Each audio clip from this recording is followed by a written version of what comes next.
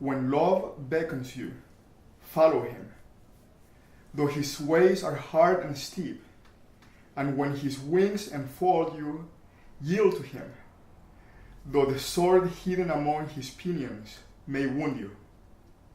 And when he speaks to you, believe in him, though his voice may shatter your dreams, as the north wind lays waste the garden. For even as love crowns you, so shall he crucify you. Even as he is for your growth, so he is for your pruning. Even as he ascends to your height and caresses your tender branches that quiver in the sun, so shall he descend to your roots and shake them in the clinging to the earth. Love has no other desire but to fulfill itself. But if you love and much need have desires, let these be your desires: to melt and be like a running brook that sings its melody to the night, to know the pain of too much tenderness, to be wounded by your own understanding of love, and to bleed willingly and joyfully, to wake at dawn with a winged heart and give thanks for another day of loving, to rest at the noon hour and meditate love's ecstasy, to return home at eventide with gratitude, and then to sleep with a prayer for the beloved in your heart and a song of praise upon your lips. This poem by Khalil Gibran describes the extreme experiences of joy and sorrow that are natural consequences of our life's pursuit to true love. That commitment of the lifelong pursuit of love of music, with all the honest joys and the sorrows that accompany such choice, is seen in the image of George Walker, whose music is a shadow of honesty and a shadow of truth. Dr. Walker's love for music has taken him through the joys of recognition and through the sorrows of racism. If someone has gone through this journey, this odyssey, with moments of sorrow but also with moments of joy, if someone has the authority to talk to us about the pursuit of love, it is George Walker. I thank you for being here with Conversations with Great Artists. I'm very honored to have this opportunity to express opinions and reactions to questions that you have formulated, Patricio. And this gives a great pleasure, having become acquainted with you in a very short time, to work with you on this project, which I think is very important in complementing what I have tried to express in articles in my autobiography, and delighted to have this wonderful opportunity of being with you and responding to the questions that you will be asking me about my life. Thank you, Dr. Walker. The honor is mine.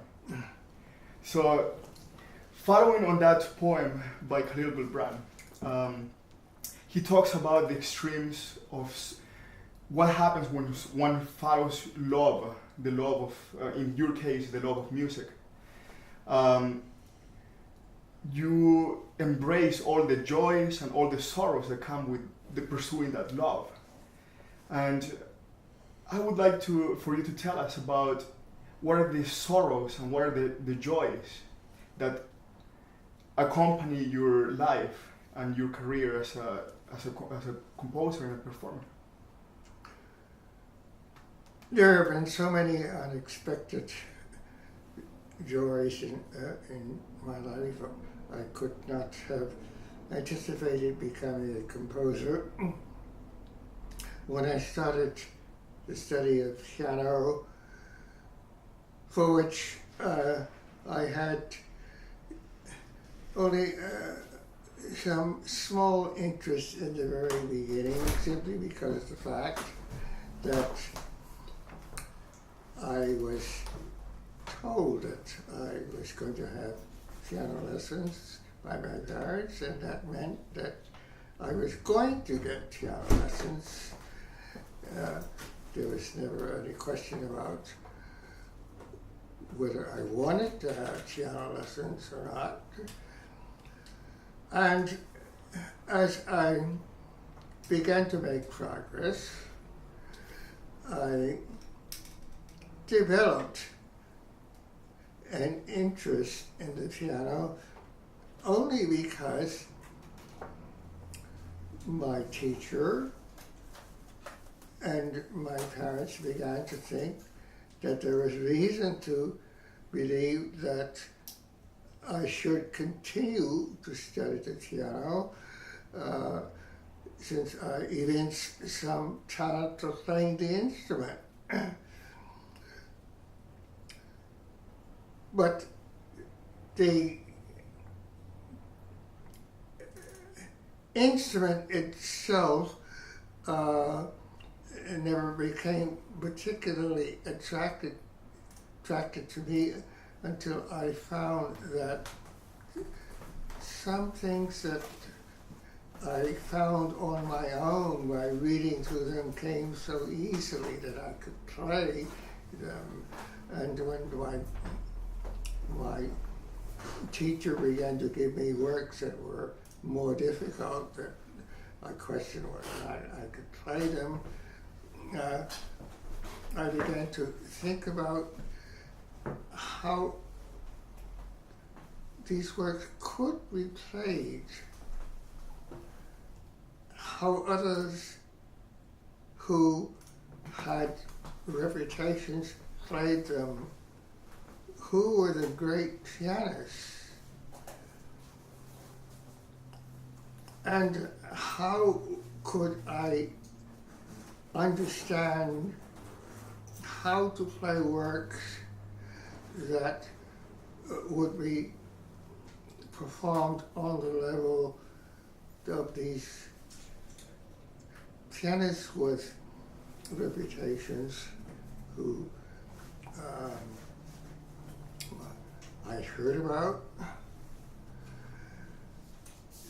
This was a sequence in which I found myself becoming interested first in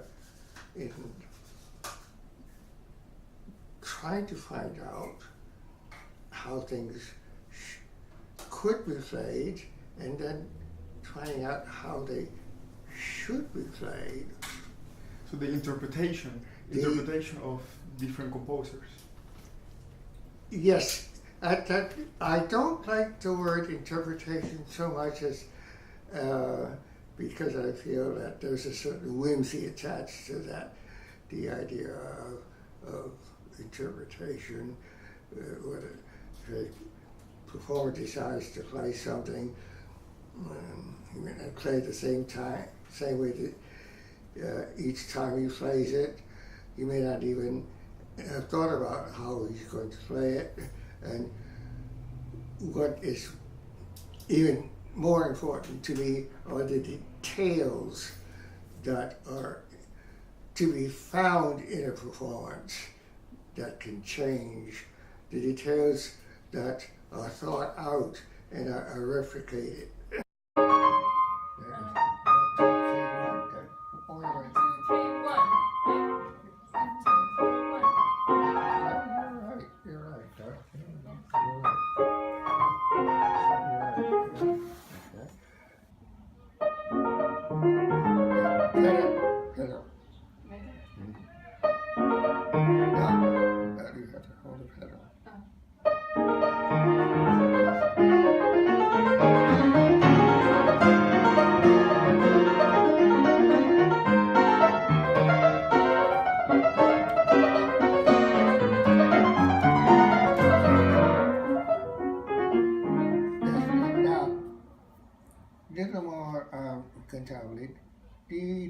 on, da da da da da da. Yes.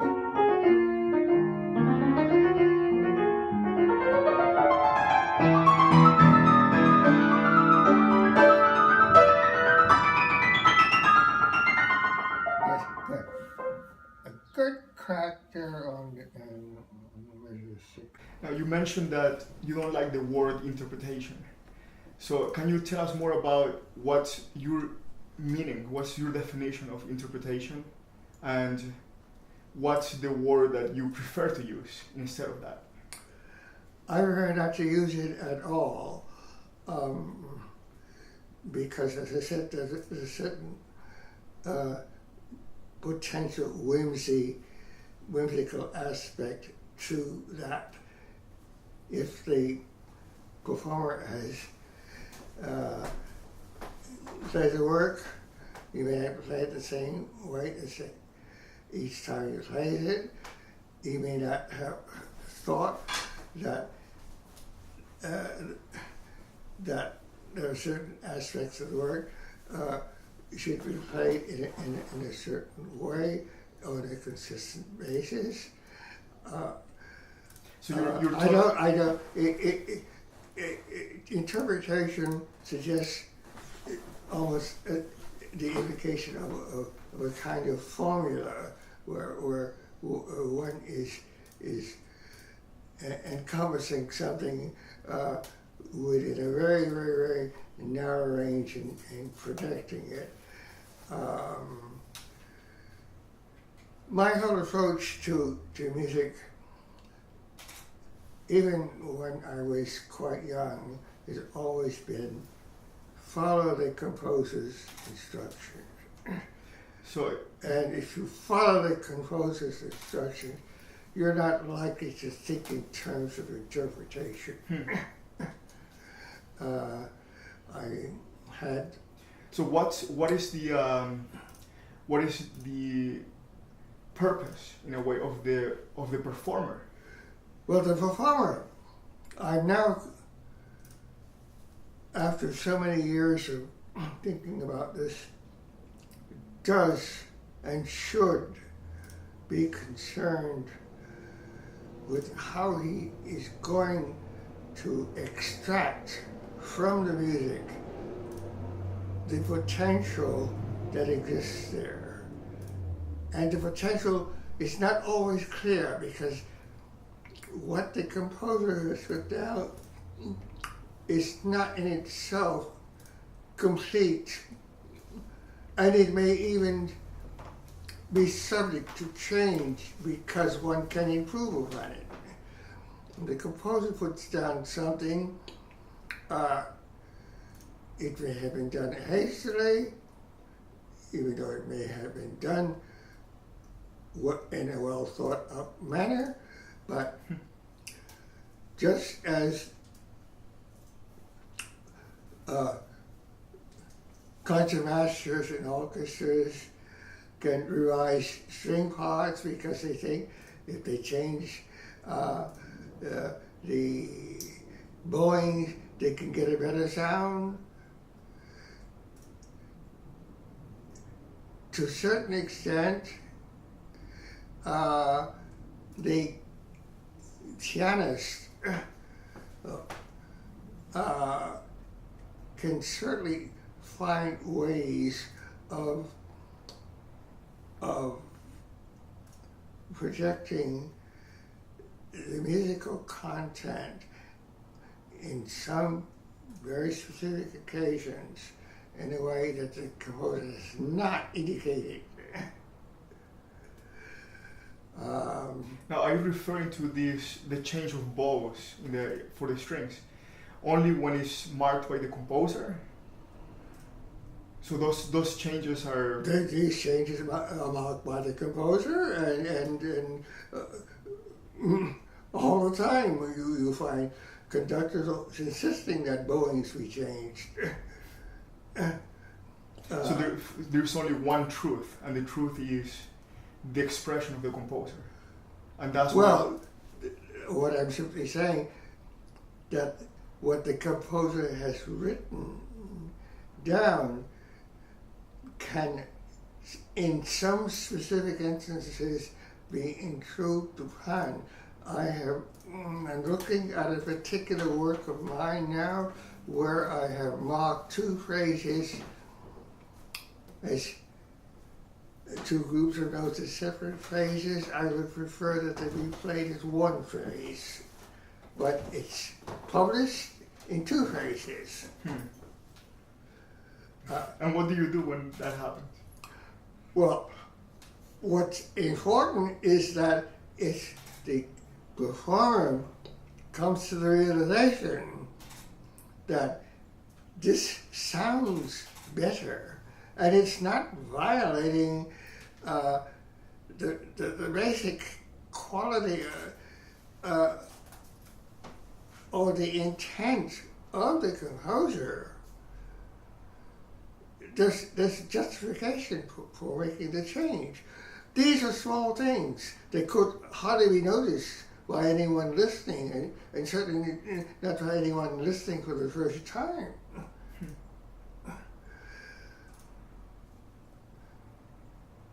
So I think that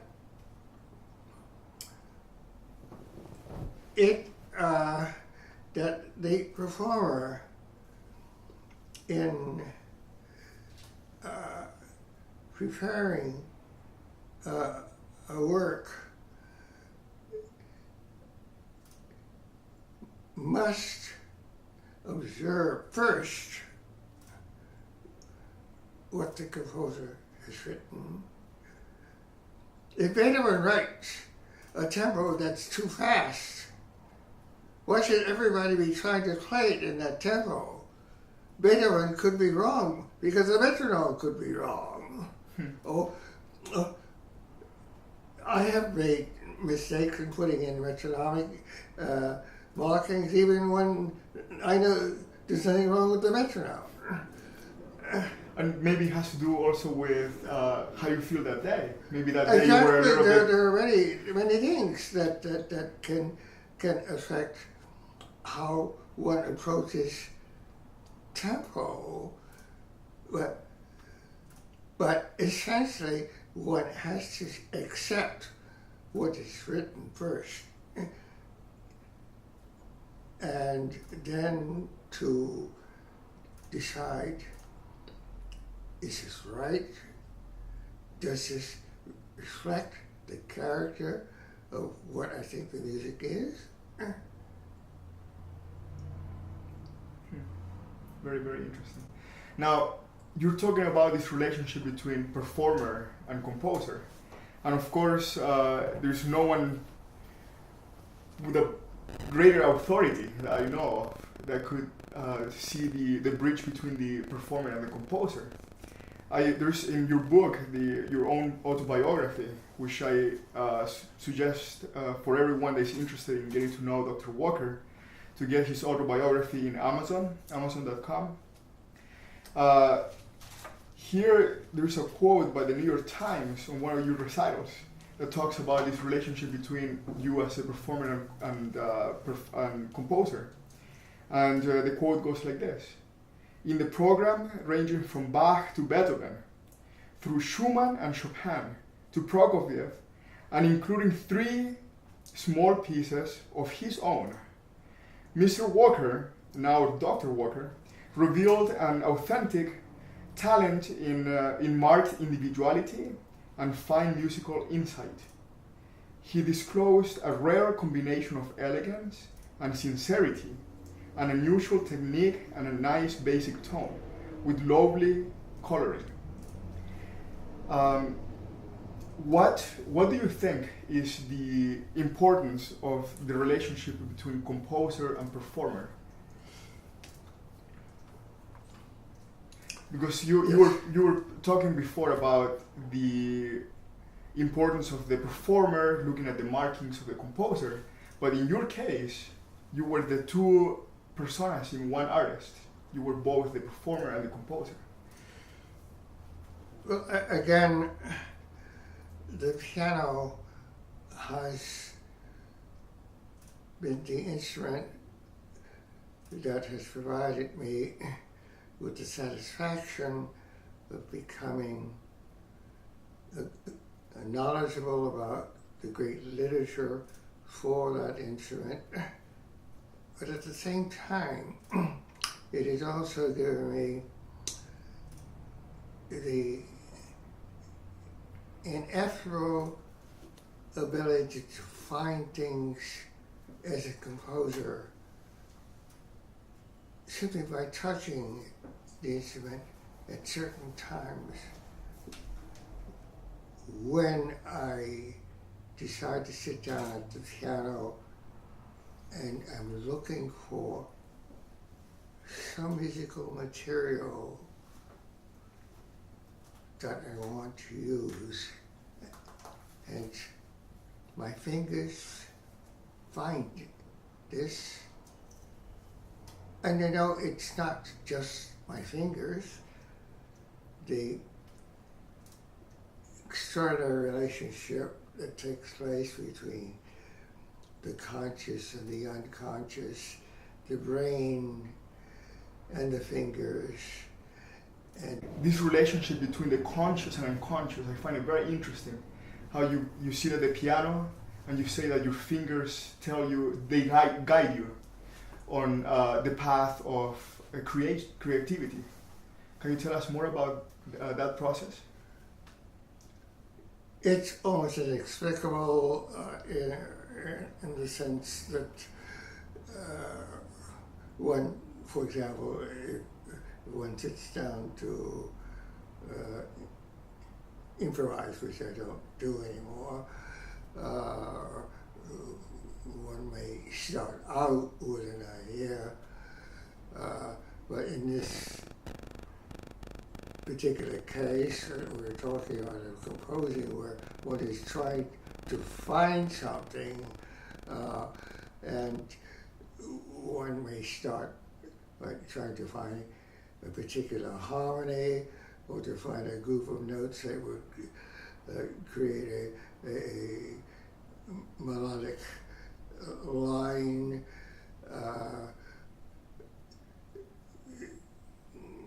I can't think of any specific instance offhand.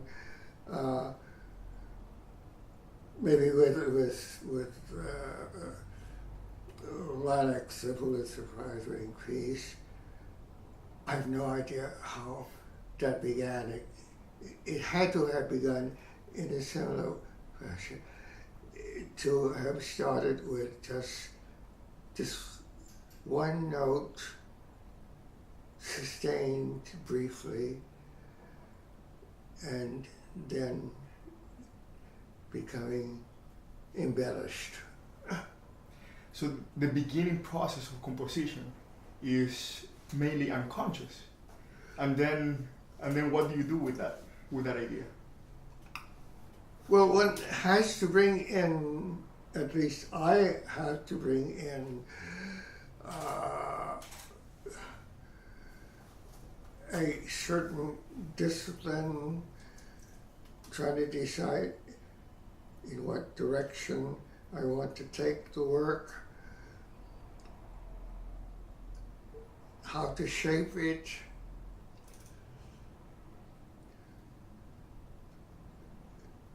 The important thing for me is always been finding those first few notes and finding the rhythm for those notes, and then determining what I can do after that. And that process is mostly informed with the piano, right? Not necessarily. I think about it often. I spend more time thinking about possibilities. I cannot articulate rhythm at the piano. It has to be mental, and then I had to confirm it at the piano. That's very, very interesting. So, so the benefits of being a performer and a composer is that, from what I understood, is that you took all the repertoire that you learned and all the different tools and expressive tools and techniques and applied those in a way that is almost subconscious for the creation of new music that is to become your own compositions.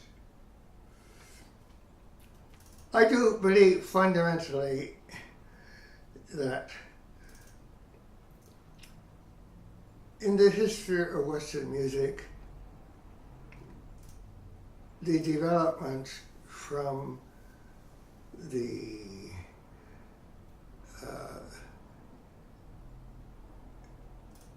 very, very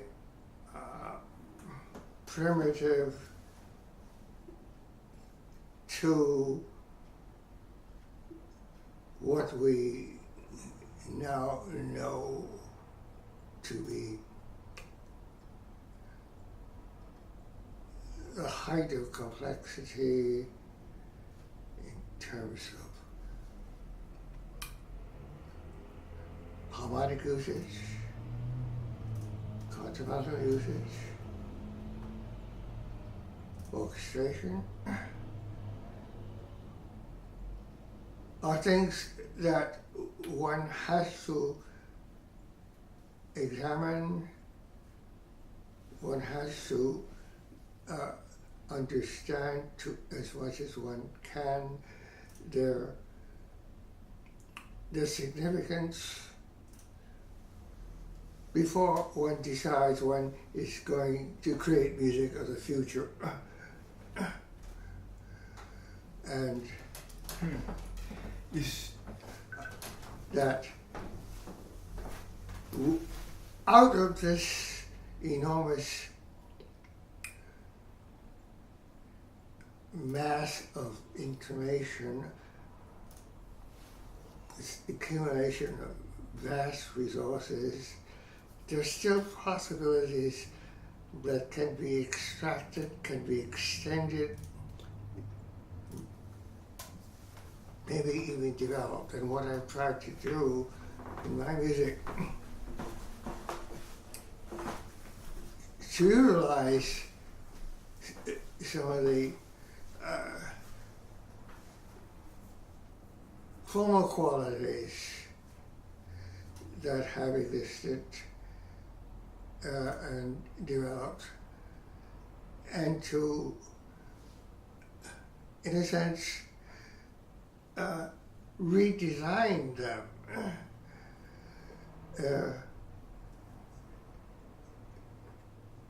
They're recognizable to a certain extent,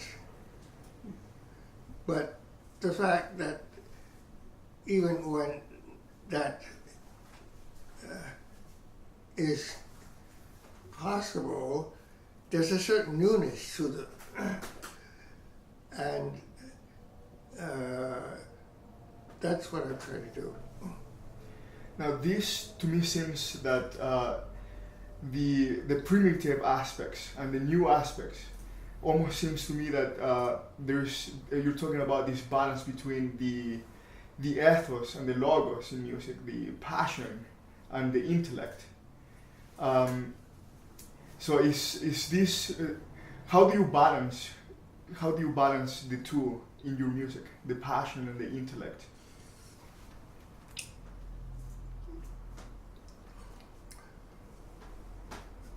I like to think of composition as a building process. And if one's going to build a house, one is not going to start out by saying, I want to make it, well, I should say one shouldn't be concerned basically with how pretty it's going to be initially. One has to make certain that one has the right materials. One has to make certain that the walls are straight, the floor is level.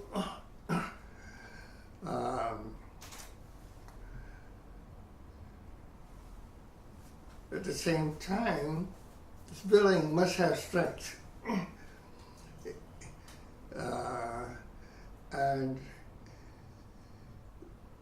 the idea that a composition has strength, to me, means that it's a work that one creates that one can come back to and not, first of all, feel that there are any weak points. That if you want to write something that's substantial, that it really is substantial, regardless of whether it's a long work or whether it's a brief work. And is there something that you could express in a few words that makes this structure in musical form, makes it strong?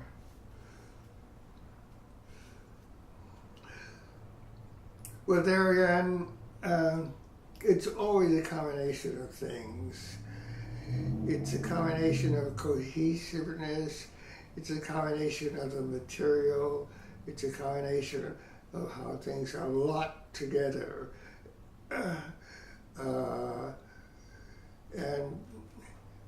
And simply just how technically well it is constructed. So how the motifs are related to each other. If one wants to look at it from that point of view, I've written compositions that are, quote, through composed, which means that the material that begins the work doesn't return.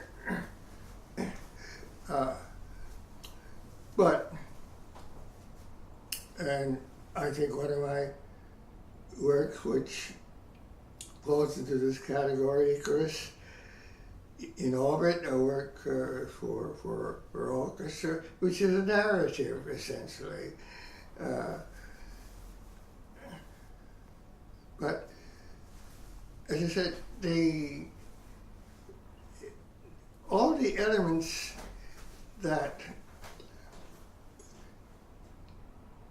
make our work substantial are elements that also make a work attractive because one wants to come back and listen to it again.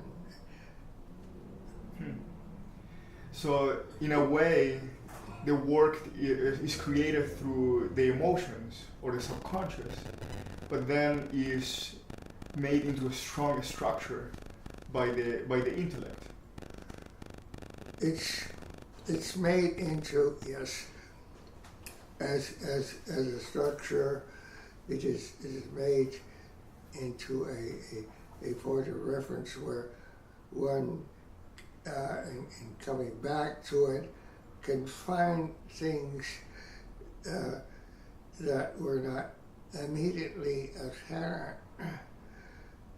And that is also one of the joys of being a composer, when one finds that one has written a work that has exceeded one's, not so much expectations, but what one might have thought could be possible from the work, because a composer is not capable of fully understanding and realizing what he's done when he's finished the work. It's not possible. One can hope that the composer is going to be satisfied simply because he's finished the work. But so when you finish a work, you're not always satisfied with the results, and it's something that keeps. It's not that I'm not. Yes, I simply do not know. Oh, you don't know. I simply do not know.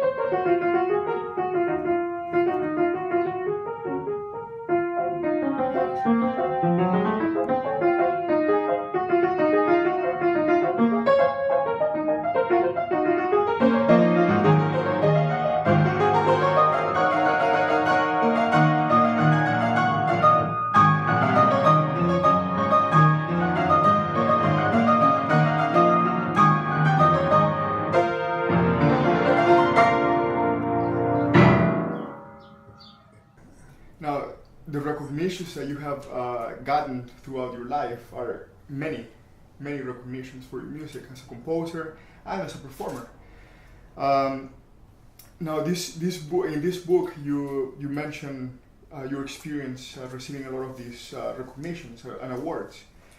But this book was published in 2009, and one recognition that I'm very proud of is the award that you received from the NEWARK School of the Arts in 2011.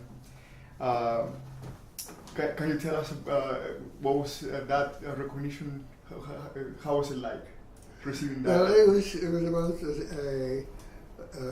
a lovely surprise because I was not familiar with the School of the Arts to have received the award, and the occasion was particularly satisfying in that it's held in Newark, at the Newark Performing Arts Center, and I was very happy to be there to be a part of a program and to receive the award. And the school is one of the highlight memories of the 50 years of their existence, to have you come and receive that award. Yes, it was a lovely, lovely occasion. So let me read this poem and let me hear your thoughts. In this short life that only merrily lasts an hour, how much and how little is within our power. So with this poem in mind, how much was in your power to become the artist and the person that you are today?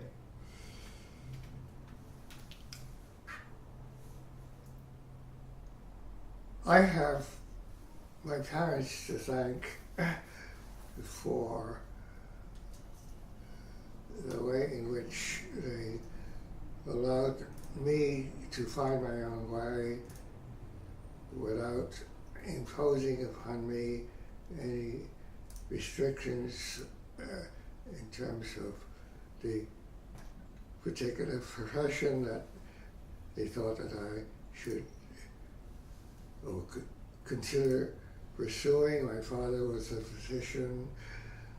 It was never a subject that was brought up that I should take over his practice.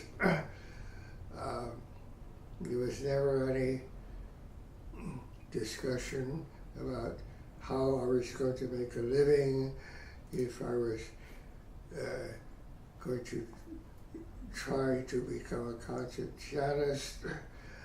At the same time, my parents were not the type of parents associated with what is supposed to contribute to the electric development and the reassurance of youngsters growing up where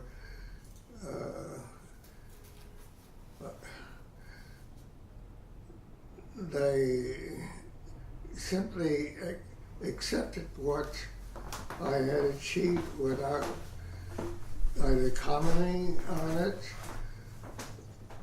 I was never held up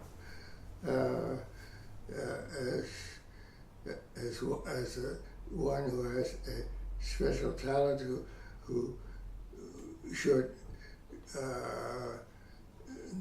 avoid doing certain things. I had chores to do when I was at home before I went to college.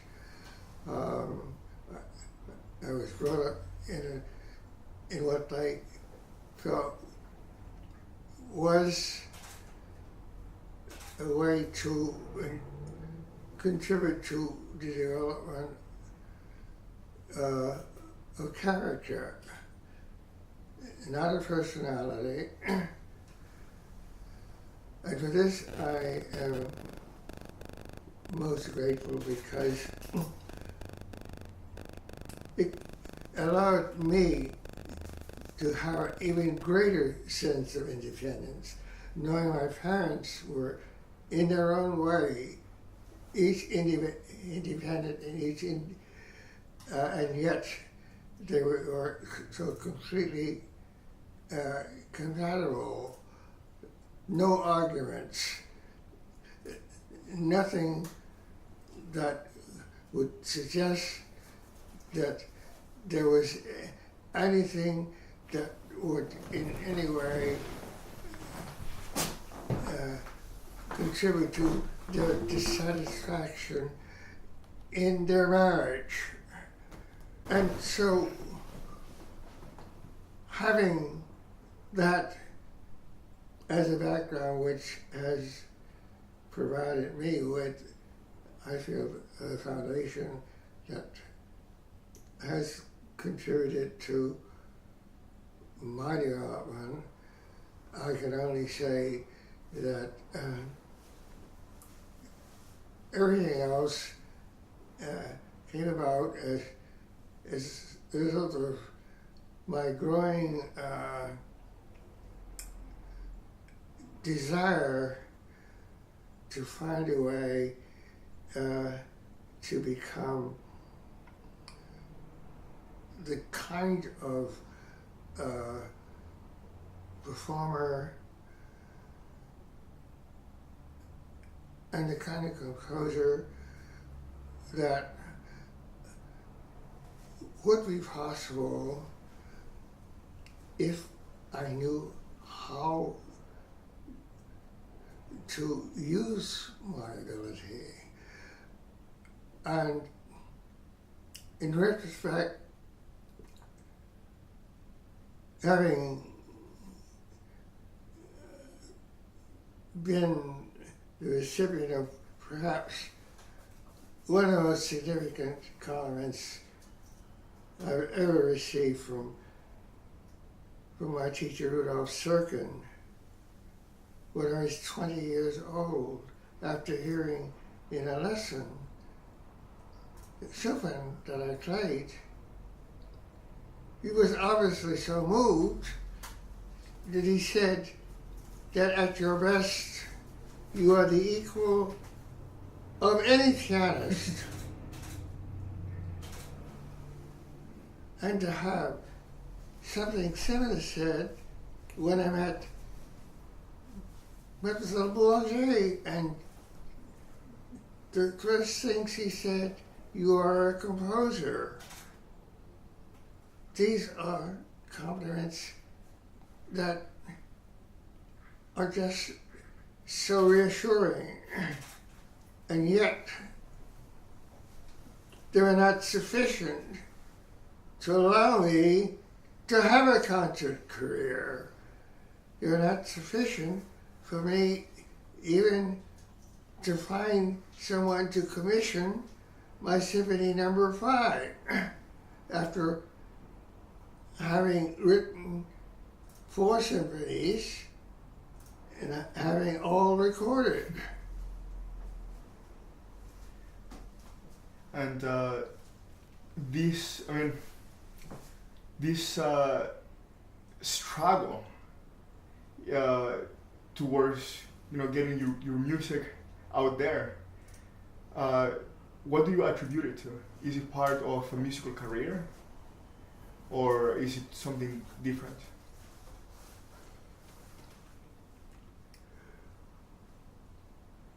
it's always hard to put the blame on any one thing.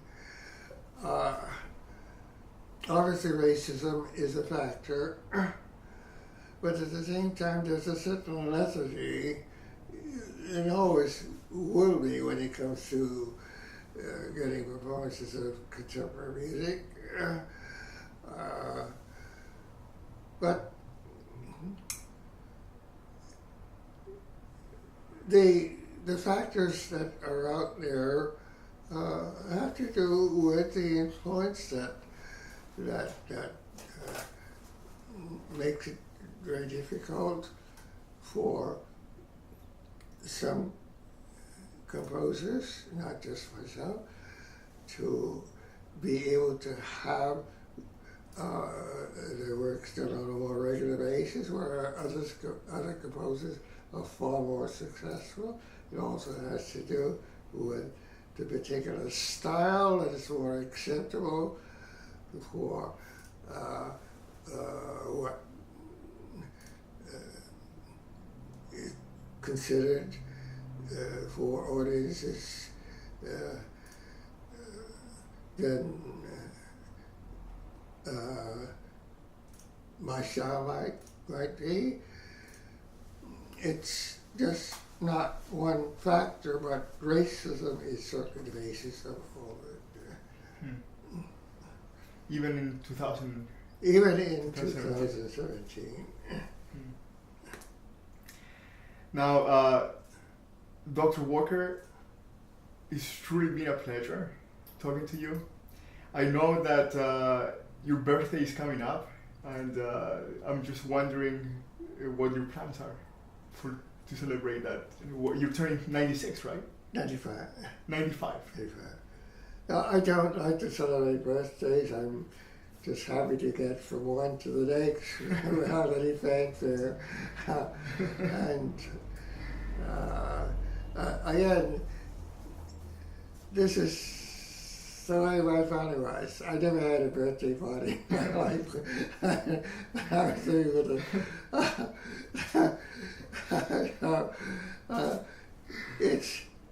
it's meaningful, and yet I don't want to make too much of it. Oh, that's great. So thank you, Dr. Walker. It's been a pleasure. It's a very good pleasure, Patricio, and I'm most grateful for having this opportunity of being able to talk with you and being able to have this affiliation with the School of the Arts. Thank you. Thank you, Dr. Walker.